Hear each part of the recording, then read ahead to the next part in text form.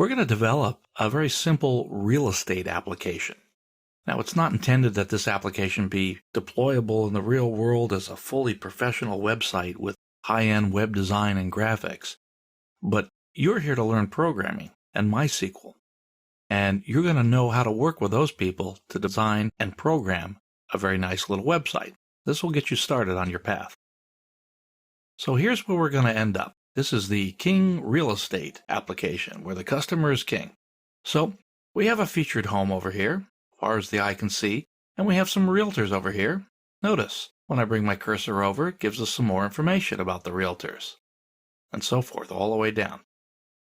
Now, down here, I have a little block where we can find information about our homes. I can leave it blank to find all the homes, so let's do that.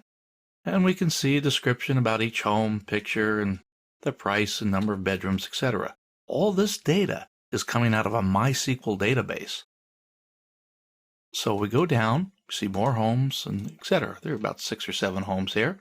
I'll go back, and I could put in a partial word for one of the cities that I was looking for, or the whole city, and I only get back data from the Ocean Cove homes that I have listed. There's 3 of those. So you're going to learn how to use PHP to filter this data out and present it on a web page just like this. I can click on the banner and get back to the home page. I can go down here and I have a couple of links. I have a link for a guest book and a mortgage calculator. I'll go to the mortgage calculator first. You want to put a financed amount in there. We'll finance $200,000 at 5%. I calculate the payment, and it puts the payment in here automatically. And I say to myself, I think I can get 4%. What would that do for me? Calculate it again, I get a new value. So now, hit the banner, go back, come down here, let's look at the guest book. So, simple enough, we want people to contact us and give us information so we can try to sell them a home.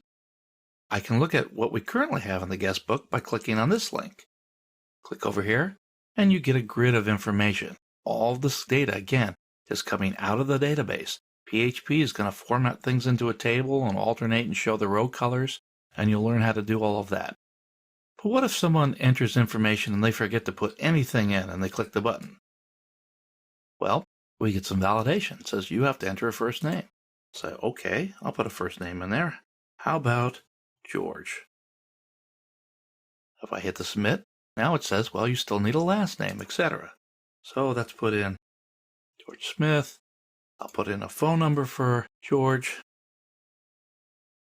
And a city where George wants to reside is Chicago, and he has no real comments.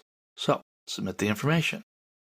Get a nice little form back that says that a representative will contact him soon, and any other comments he has. So, let's go back. We can view the database, and George Smith is now in there.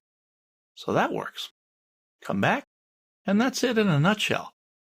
We see that we can do a lot of neat things with PHP and data right off the bat. You're going to learn how to use data in the database, and I'm even going to show you a little bit how to use data from files that live on your server. This is the difference between running something locally and running it on a server. You can put information up there that's going to be accessible to all of your programs, but it wouldn't be accessible to a user on their PC. That ends the presentation on the web application we're going to develop.